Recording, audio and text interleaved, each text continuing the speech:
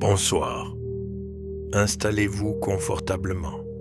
L'histoire commence. Le déclin et la renaissance des routes. Laissez vos paupières devenir lourdes. Comme les caravanes qui ralentissent à la fin du jour, nous approchons d'une époque de changement profond. Toutes les grandes routes connaissent des tournants dans leur histoire. Des moments où le monde se transforme. Au XVe siècle, l'Empire ottoman conquit Constantinople en 1453, mettant fin à l'Empire byzantin millénaire. Ce bouleversement géopolitique transforma les routes commerciales terrestres. Les Ottomans imposèrent des taxes élevées sur les marchandises transitant par leur territoire, rendant le commerce avec l'Orient plus coûteux et plus difficile pour les Européens. Cette situation poussa les navigateurs européens à chercher des routes maritimes alternatives vers les Indes, contournant complètement le Moyen-Orient. C'est ainsi que la route de la soie traditionnelle commença son lent déclin. Les explorateurs européens prirent la mer avec détermination. Vasco de Gama, navigateur portugais, réussit en 1498 à atteindre l'Inde en contournant le cap de Bonne-Espérance au sud de l'Afrique. Ce voyage ouvrit une nouvelle route maritime, directe entre l'Europe et l'Asie, évitant complètement les intermédiaires terrestres. Les épices, la soie, les pierres précieuses pouvaient désormais voyager par bateau, de manière plus rapide et moins coûteuse. Les anciens ports de la route maritime de la soie en mer Rouge et dans le golfe Persique virent leur importance diminuer progressivement. Mais ce n'était pas la fin des échanges terrestres. La dynastie Qing en Chine, établie en 1644, maintint des relations commerciales avec la Russie via une route terrestre passant par la Sibérie et la Mongolie. Le traité de Nertchinsk, en 1689, établit les frontières et les règles commerciales entre les deux empires. Les fourrures sibériennes, particulièrement la zibeline, étaient échangées contre du thé chinois, de la soie et de la porcelaine. Cette route du thé créa une nouvelle artère commerciale dans le nord, reliant Saint-Pétersbourg à Pékin. Les objets d'art continuaient de fasciner les collectionneurs. La porcelaine chinoise atteignit son apogée sous les dynasties Ming et Qing. Les célèbres porcelaines bleu et blanc, avec leurs motifs délicats peints au cobalt sous glaçure, étaient exportées en quantité massive vers le Moyen-Orient et l'Europe. Les sultans ottomans, les shahs persans, les rois européens collectionnaient ces pièces précieuses. Ironiquement, le cobalt bleu utilisé pour décorer ces porcelaines provenait souvent de Perse, voyageant vers la Chine avant de revenir au Moyen-Orient sous forme de porcelaine décorée. Un cycle commercial complexe et fascinant. Les jardins botaniques européens devinrent des carrefours du savoir. Au XVIIe et XVIIIe siècle, les botanistes européens, fascinés par les plantes exotiques rapportées d'Asie, créèrent des jardins botaniques pour les étudier et les cultiver. Le thé, originaire de Chine, fut introduit en Inde par les Britanniques qui établirent de vastes plantations. Les tulipes, venues d'Asie centrale, déclenchèrent la tulipomanie aux Pays-Bas au XVIIe siècle, où certains bulbes se vendaient au prix d'une maison. Ces plantes, qui avaient voyagé sur la route de la soie pendant des siècles, trouvèrent de nouveaux foyers et transformèrent les paysages et les économies. Les explorateurs continuaient de documenter les anciennes routes. Au XIXe siècle, des explorateurs, archéologues et aventuriers européens redécouvrirent les vestiges de la route de la soie. Aurel Stein, archéologue d'origine hongroise, mena plusieurs expéditions en Asie centrale entre 1900 et 1916. Il explora les ruines de villes abandonnées dans le désert de Taklamakan, découvrit des fresques bouddhiques, des manuscrits anciens, des objets oubliés depuis des siècles. Ces découvertes révélèrent au monde moderne l'ampleur et la richesse de ces civilisations disparues. Les chemins de fer modernes tracèrent de nouvelles routes. Le transsibérien, construit entre 1891 et 1916, créa une nouvelle artère transcontinentale reliant Moscou à Vladivostok sur plus de 9000 km.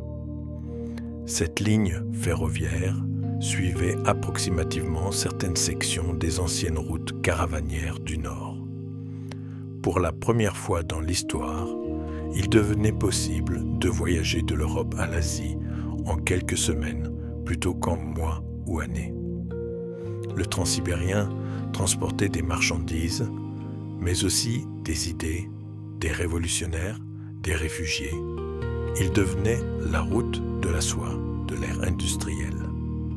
Les textiles continuaient leur voyage circulaire. Au XIXe siècle, la révolution industrielle transforma la production textile. Les usines britanniques produisaient du coton en masse qu'elles exportaient vers l'Inde et la Chine. Une inversion ironique du flux commercial historique. Le coton indien, autrefois exporté vers l'Europe, était maintenant concurrencé par les tissus industriels britanniques, meilleur marché. Cette transformation détruisit de nombreuses industries artisanales traditionnelles en Asie, mais créa aussi de nouvelles opportunités économiques et des mouvements de résistance, comme le boycott des tissus britanniques prôné par Gandhi. Et dans les musées du monde, les trésors s'accumulaient. Les objets de la route de la soie, manuscrits, sculptures, peintures, textiles, furent collectés par les musées européens au tournant du XXe siècle. Le British Museum, le musée Guimet à Paris, le musée de l'Ermitage à Saint-Pétersbourg, tous abritent aujourd'hui des collections extraordinaires provenant de ces anciennes routes. Ces objets racontent l'histoire d'un monde interconnecté, bien avant notre époque, témoignant de la curiosité humaine, de la créativité artistique et du désir universel d'échanger et de comprendre l'autre. Ainsi, même quand les caravanes cessèrent de parcourir les anciennes pistes, même quand les oasis furent abandonnées et les caravane-rails tombèrent en ruine, l'esprit de la route de la soie survécut. Dans les musées, dans les livres, dans notre mémoire collective, l'héritage vivant. Laissez-vous glisser doucement vers le repos, comme un voyageur qui arrive enfin à destination. Nous explorons maintenant l'héritage que ces routes ont laissé dans notre monde moderne. La route de la soie n'a jamais vraiment disparu. Elle s'est transformée, adaptée, réinventée. Au XXe siècle, pendant la Seconde Guerre mondiale, une nouvelle route d'approvisionnement émergea, la route de Birmanie, entre 1937 et 1945. Cette route de 1154 km reliait Lashio en Birmanie à Kunming en Chine, permettant aux Alliés de fournir des armes et des provisions à la Chine, qui résistait à l'invasion japonaise.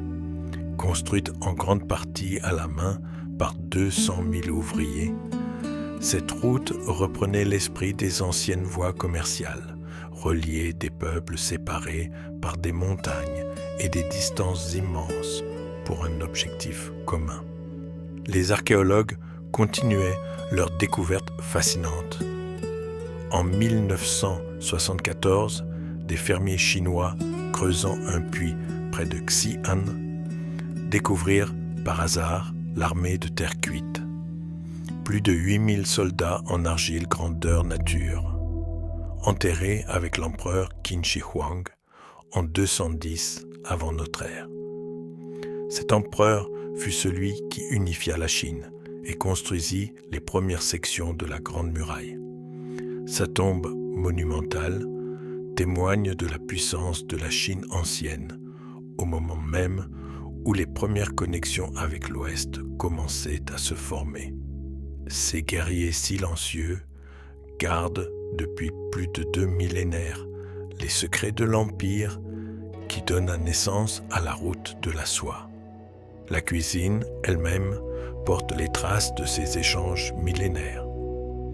Les plats que nous considérons comme typiquement chinois, italiens, indiens ou persans sont souvent le résultat de ces échanges culinaires. Les nouilles chinoises, la pasta italienne, les samosas indiens, les kebabs persans, tous partagent des ancêtres communs et des influences croisées. Les tomates, originaires des Amériques, ont transformé la cuisine italienne et indienne. Le piment, lui aussi américain, est devenu essentiel à la cuisine sichuanaise.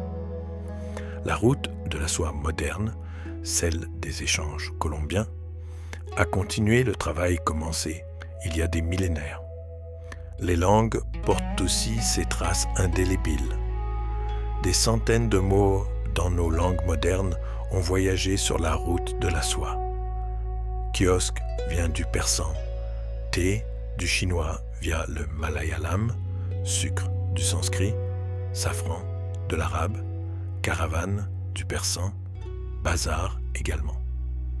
Même le mot tchèque en anglais, utilisé en finance, vient du persan shah, roi, via le jeu d'échecs qui voyagea de l'Inde vers l'Ouest.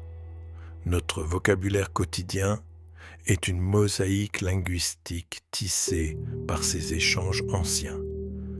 La musique résonne encore de ces influences. Les gammes musicales, les modes, les instruments ont circulé et se sont mélangés. Le flamenco espagnol porte des traces de musique indienne et persane. Les ragas indiens ont influencé les makams arabes, la sitar chinoise, guzheng, le santour persan, le timbalom hongrois. Tous ces instruments à cordes frappées partagent une parenté qui traverse les continents. La musique classique turque, avec son système de modes complexe appelé makam, est un pont sonore entre l'Orient et l'Occident. Au XXIe siècle, une nouvelle vision émergea. En 2013, le président chinois Xi Jinping lança l'initiative Belt and Road, la ceinture et la route, aussi appelée Nouvelle route de la soie. Ce projet ambitieux vise à créer un réseau d'infrastructures, routes, chemins de fer, ports, pipelines, reliant la Chine à l'Europe, à l'Afrique, au Moyen-Orient. Plus de 150 pays ont signé des accords de coopération. Que l'on approuve ou non ce projet politique et économique, il témoigne de l'importance symbolique persistante de la route de la soie dans l'imaginaire collectif mondial. Les découvertes archéologiques continuent aujourd'hui encore. En 2018, des archéologues ont découvert dans les montagnes du Pamir, à plus de 3000 mètres d'altitude, les vestiges d'un ancien caravansérail datant du XIe siècle. Les analyses ont révélé des traces de cannabis suggérant son usage lors de cérémonies funéraires. D'autres sites révèlent constamment de nouveaux détails sur la vie quotidienne le long de ces routes, ce que les gens mangeaient, comment ils s'habillaient, quelles maladies ils souffraient. chaque découverte ajoute une pièce au puzzle immense de notre histoire commune. Les textiles anciens révèlent leurs secrets grâce aux technologies modernes. L'analyse ADN des fibres de soie anciennes permet aux scientifiques de retracer l'évolution de la sériciculture et les routes commerciales avec une précision inédite. Des fragments de soie vieux de 5000 ans découverts en Chine montrent que la domestication des vers à soie remonte bien plus loin qu'on ne le pensait. Les isotopes présents dans les fibres révèlent où les vers ont été élevés, permettant de cartographier les réseaux commerciaux avec une exactitude scientifique. La science moderne donne voix aux fils de soie silencieux. Et dans nos vies quotidiennes, l'esprit de la route de la soie persiste. Internet, qu'on appelle parfois la route de la soie numérique, reproduit le modèle des anciennes routes commerciales. Des nœuds d'échange, serveurs, des routes d'information, câbles à fibres optiques, des caravanes sérail virtuelles, centres de données, et un flux constant d'échanges culturels, commerciaux, intellectuels. Comme les marchands sogdiens parlaient plusieurs langues pour faciliter le commerce, nous utilisons des protocoles de communication universels. L'essence de la route de la soie, connecter l'humanité, vit dans chaque clic, chaque message, chaque vidéo partagée. Ainsi, la route de la soie n'est pas seulement de l'histoire ancienne. Elle est vivante dans chaque objet que nous utilisons, chaque mot que nous prononçons, chaque plat que nous savourons. Elle coule dans nos veines comme un fleuve invisible, reliant le passé au présent, les trésors cachés et les légendes. Fermez les yeux maintenant. Laissez votre esprit vagabonder dans ces paysages lointains. Nous explorons les mystères, les légendes, les histoires qui se murmurent encore le long de ces routes anciennes. Certaines histoires de la route de la soie sont entourées de mystères et de légendes. Les villes perdues du désert de Taklamakan ont captivé l'imagination pendant des siècles. Lulan, autrefois prospère cité située au bord d'un lac aujourd'hui disparu, fut abandonnée au IVe siècle. Lorsque l'explorateur suédois Sven Hedin la redécouvrit en 1900, il trouva des maisons intactes, des manuscrits préservés par le sable sec, des momies naturellement conservées vieilles de 2000 ans. Ces momies du Tarim, avec leurs cheveux blonds ou roux et leurs traits européens, révélèrent que les mélanges de populations eurasiatiques existaient bien avant ce que l'on pensait. Les trésors enfouis attendent toujours d'être découverts. Selon les légendes, d'innombrables caravanes disparurent dans les tempêtes de sable, emportant avec elles leur cargaison de soie, de pierres précieuses, d'or. Des chercheurs de trésors ont passé leur vie à rechercher ces fortunes perdues. Certaines découvertes confirment ces légendes. En 1988, une cache contenant plus de 30 000 pièces de monnaie ancienne fut découverte dans une grotte près de Dunhuang. Preuve qu'un marchand avait caché là sa fortune il y a plus de 1000 ans, attendant un retour qui ne vint jamais. Les pigments précieux racontent des histoires de voyage. Le vermillon, ce rouge éclatant utilisé dans l'art chinois, la laque japonaise et les enluminures persanes étaient fabriqués à partir du cinabre, un minerai de mercure. Les mines les plus importantes se trouvaient en Chine et en Espagne. Le pigment voyageait dans des conteneurs scellés, car le mercure est toxique.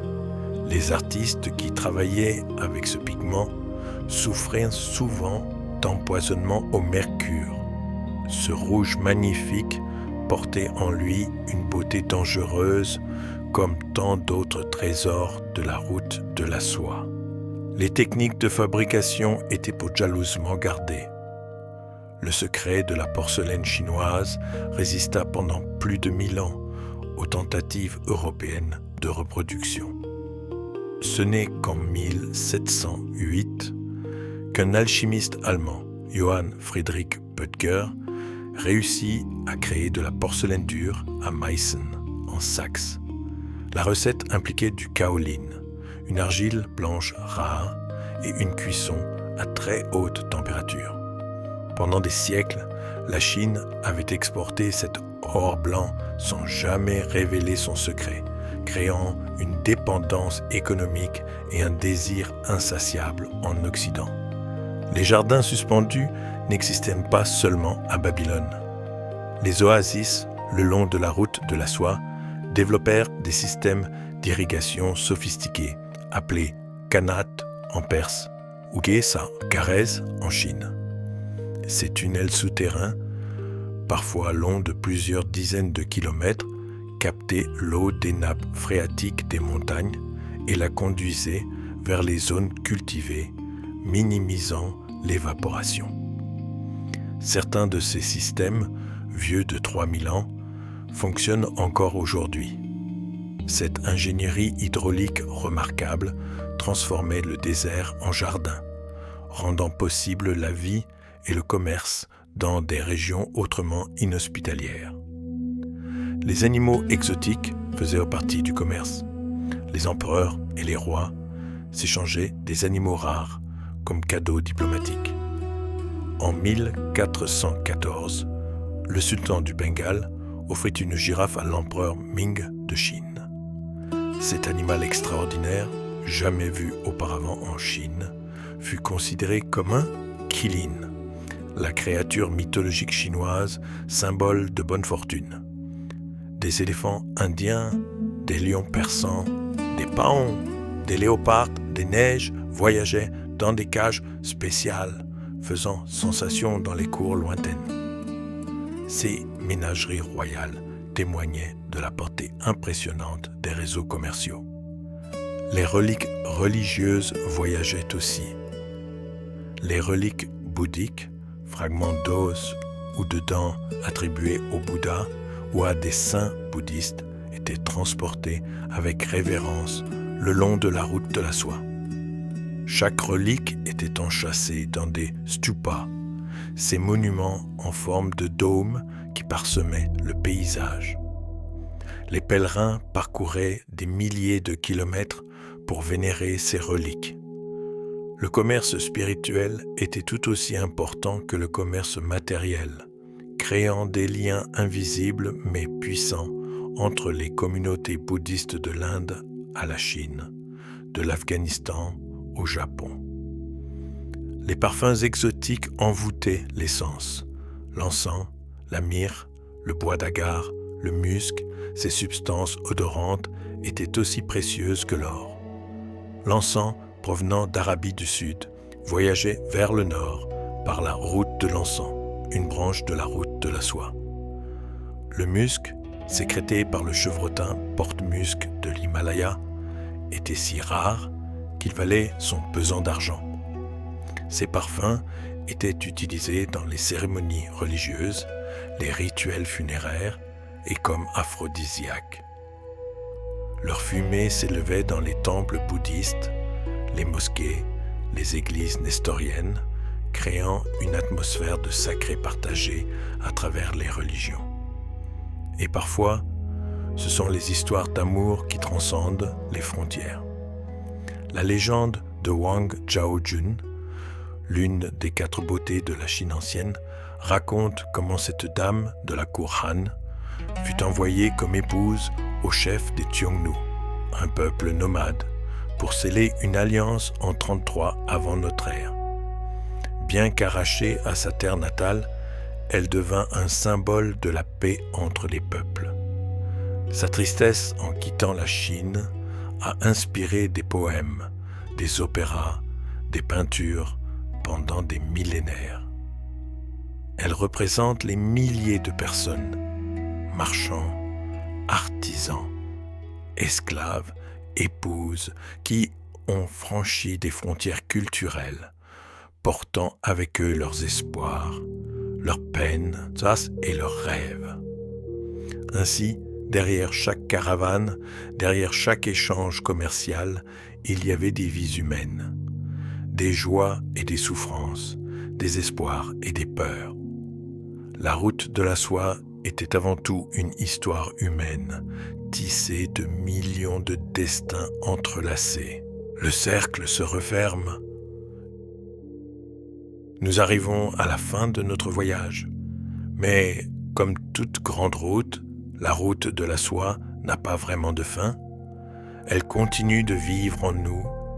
Laissez ces dernières histoires vous accompagner vers le sommeil. Chaque fin est aussi un commencement. La route de la soie nous enseigne cette vérité éternelle. Les techniques de teinture voyageaient avec les tissus. L'indigo, cette teinture bleu profond extraite de la plante Indigofera, était cultivée en Inde depuis plus de 4000 ans. Sa méthode de production était complexe. Fermentation des feuilles, oxydation, réduction chimique. Ce bleu magnifique teignait les vêtements des pharaons égyptiens, des samouraïs japonais et plus tard des ouvriers du monde entier avec le jean de Nîmes.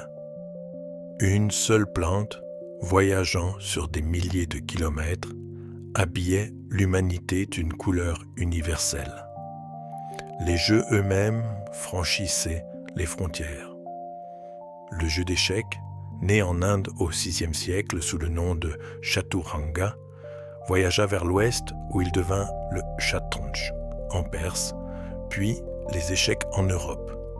Simultanément, il voyagea vers l'est, devenant le Jiangqi en Chine et le Shogi au Japon. Chaque culture adapta les règles, modifia les pièces, mais conserva l'essence stratégique du jeu. Un passe-temps intellectuel devenu universel, preuve que l'esprit humain cherche partout les mêmes défis. Les horloges mesuraient le temps différemment selon les cultures. Les horloges à eau chinoise, perfectionnées sous la dynastie Song, représentaient une merveille d'ingénierie mécanique. Suzong construisit en 1088 une horloge astronomique de 12 mètres de haut qui indiquait non seulement l'heure, mais aussi les positions des astres, les saisons, et qui sonnait les heures avec des cloches et des tambours. Ces connaissances horlogères voyagèrent lentement vers l'ouest, influençant les horlogers médiévaux européens qui développèrent leurs propres mécanismes sophistiqués. Les femmes artisanes possédaient des savoirs précieux. La broderie de soie, art minutieux et exigeant, était principalement pratiquée par les femmes. En Chine, une brodeuse experte pouvait créer des œuvres si fines que les deux faces du tissu étaient identiques et parfaites. Ces broderies représentaient des paysages, des poèmes calligraphiés, des scènes mythologiques. Elles étaient offertes comme cadeaux diplomatiques impériaux. Le travail d'une seule brodeuse sur une pièce exceptionnelle pouvait durer des années, chaque point portant sa concentration, sa patience, son art. Les caravansérails étaient des centres culturels.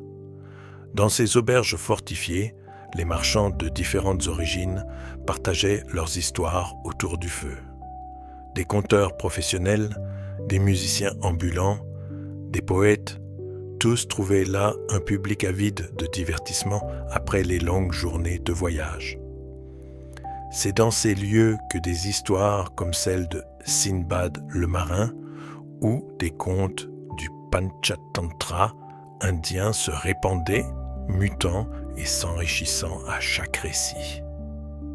Les caravansérails étaient des incubateurs de littérature orale qui finirait par être couché sur le papier. Les miroirs ne reflétaient plus que des visages. Les miroirs en bronze poli chinois étaient des objets de luxe exportés le long de la route de la soie. Le dos de ces miroirs était décoré de motifs complexes, dragons, phénix, scènes mythologiques, inscriptions poétiques. Les techniques de polissage étaient si avancées que ces miroirs, vieux de 2000 ans, reflètent encore les images aujourd'hui. Posséder un tel miroir signifiait richesse et raffinement. Ils accompagnaient les mariés dans leur nouvelle famille, étaient enterrés avec les défunts pour éclairer leur chemin dans l'au-delà. La calligraphie voyageait comme un art vivant. L'art de la belle écriture était vénéré en Chine, en Perse, dans le monde arabe.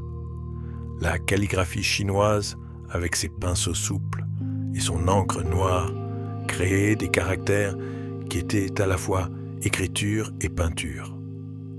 La calligraphie arabe transformait les versets coraniques en arabesques hypnotiques ornant mosquées et palais. Les manuscrits persans combinaient calligraphie élégante et miniatures délicates.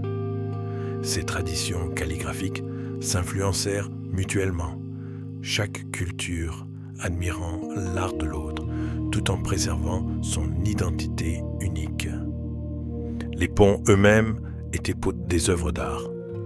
Le pont Zhaozhou, construit en Chine en 605, est le plus ancien pont en arc segmentaire au monde encore debout. Conçu par l'ingénieur Li Chun, ce pont de pierre élégant enjambait une rivière sur 50 mètres. Sa technique de construction, utilisant un arc segmentaire plutôt qu'un arc complet, était révolutionnaire et ne fut adoptée en Europe que 7 siècles plus tard. Ces ponts permettaient aux caravanes de franchir les rivières, tissant littéralement les routes à travers les obstacles naturels. Les sceaux personnels authentifiaient les documents. Les sceaux gravés en jade, en pierre, en métal, servaient de signatures officielles le long de la route de la soie. Chaque marchand possédait son sceau unique qui garantissait l'authenticité des contrats, des lettres de crédit, des documents officiels. L'art de la gravure de sceau atteignit une sophistication extraordinaire, combinant calligraphie et sculpture miniature. Ces petits objets portaient le poids de la confiance, de l'honneur commercial, de l'identité personnelle dans un monde de transactions complexes. Les légendes d'immortalité hantaient les imaginations.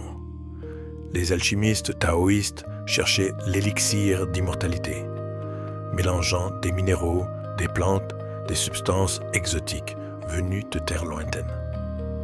Ironiquement, certains de ces élixirs contenaient du mercure ou d'autres poisons qui accéléraient la mort plutôt que de la retarder. Ces recherches, bien que vaines pour l'immortalité, contribuèrent au développement de la médecine, de la chimie et même de la poudre à canon. La quête de l'impossible menait souvent à des découvertes inattendues. Les chants des caravanes résonnaient dans le désert. Les chameliers avaient leur propre chant de travail, des mélodies rythmiques qui accompagnaient le pas lent des chameaux. Ces chansons racontaient des histoires d'amour perdu, de destinations lointaines, de dangers évités. Elles se transmettaient de génération en génération, évoluant au fil du temps. Aujourd'hui encore, dans certaines régions d'Asie centrale, on peut entendre des échos de ces chants anciens, portés par le vent du désert, comme des fantômes mélodieux du passé. Les épices médicinales guérissaient le corps et l'âme. Le gingembre, utilisé en Chine depuis 5000 ans, voyagea vers l'ouest où il devint un remède prisé contre les nausées les douleurs, les inflammations. La cardamome, la cannelle, le curcuma, chacune possédait des propriétés médicinales documentées dans les traités médicaux de toutes les civilisations. Les médecins arabes compilent des pharmacopées listant des centaines de substances venues d'horizons divers. La médecine de la route de la soie était véritablement holistique, combinant les savoirs de multiples traditions. Les observatoires astronomiques scrutaient le ciel.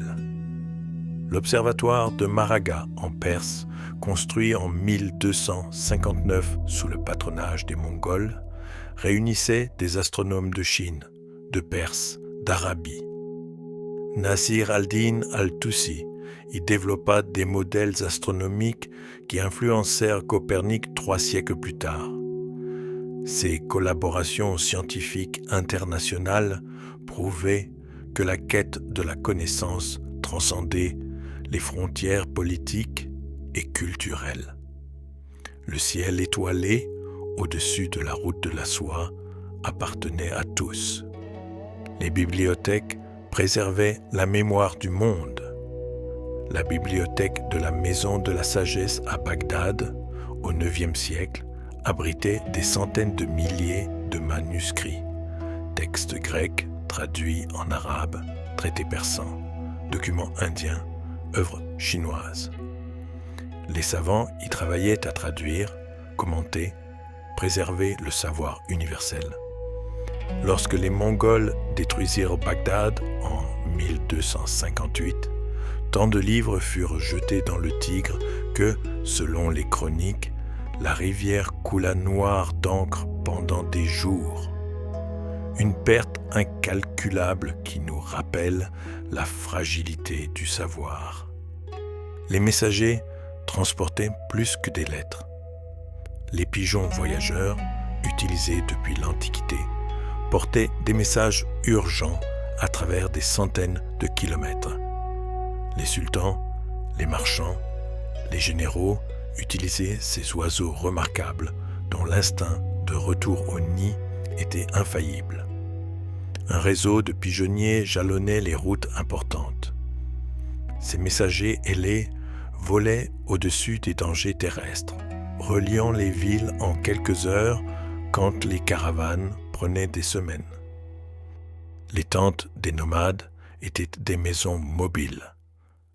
Les yourtes mongols, ces tentes circulaires en feutre montées sur une structure en bois, étaient conçues pour être démontées et transportées en quelques heures.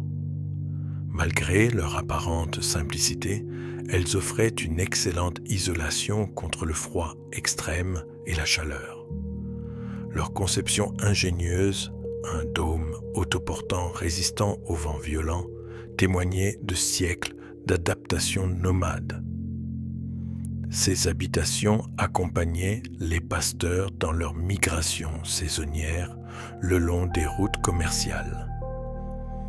Les contrats commerciaux étaient sophistiqués.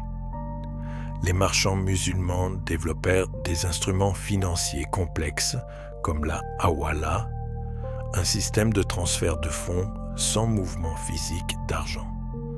Un marchand à Samarcande pouvait recevoir une lettre de crédit qu'il pouvait encaisser à Bagdad, évitant ainsi les dangers de transporter de l'or.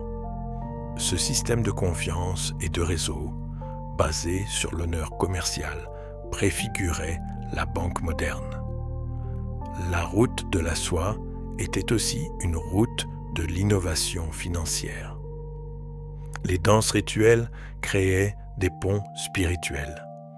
Les derviches tourneurs soufis, avec leur rotation méditative, cherchaient l'union mystique avec le divin. Cette pratique, développée au XIIIe siècle par Rumi à Konya, en actuelle Turquie, combinait des influences musicales et spirituelles persanes, arabes et possiblement même indiennes. Les derviches voyageaient le long de la route de la soie, établissant des confréries, des teques, monastères soufis, créant un réseau spirituel transcendant les différences religieuses. Les arbres eux-mêmes témoignent de l'histoire. Des mûriers millénaires, descendants de ceux plantés pour nourrir les vers à soie, poussent encore le long des anciennes routes. En Ouzbékistan, en Iran, en Chine, ces arbres centenaires sont vénérés, protégés. Leurs branches noueuses ont vu passer des milliers de caravanes. Ils sont les témoins silencieux de l'histoire, enracinés dans la terre pendant que l'humanité passait et repassait sous leur ombre généreuse. Les légendes de dragons connectaient les cultures. Le dragon chinois, symbole de sagesse et de pouvoir, rencontra en Perse le dragon zoroastrien, créature du chaos à vaincre. Ces visions opposées du dragon, bienfaisant à l'est, maléfique à l'ouest, témoignent des différences philosophiques profondes entre les cultures.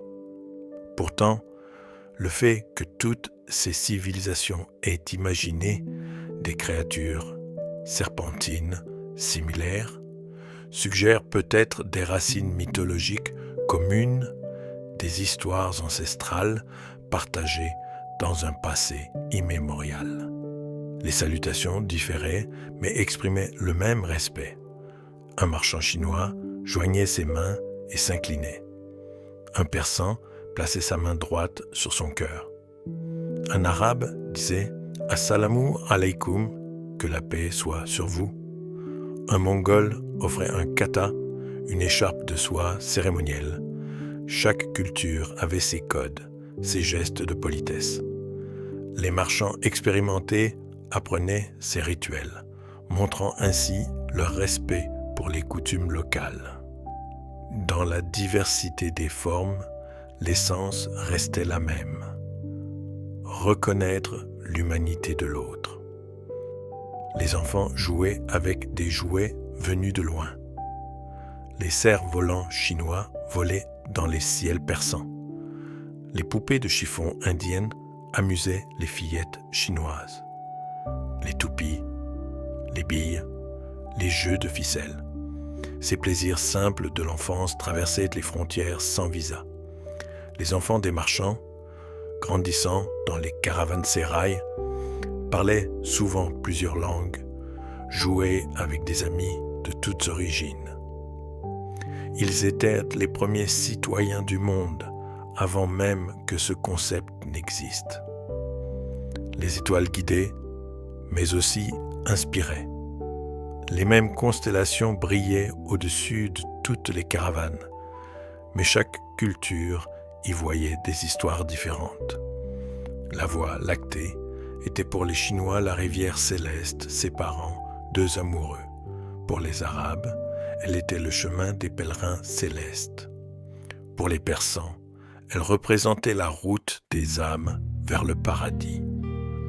Sous le même ciel étoilé, l'humanité tissait des récits différents, mais également beaux, également vrais. Et finalement, la 100e vérité, la plus simple et la plus profonde. La route de la soie nous enseigne que nous sommes tous connectés. Chaque objet que nous possédons, chaque idée que nous chérissons, chaque mot que nous prononçons, porte en lui l'empreinte de milliers d'autres êtres humains. La soie que portait une noble romaine avait été tissée par des mains chinoises. Le thé qu'un marchand persan buvait avait été cultivé dans les montagnes de Chine.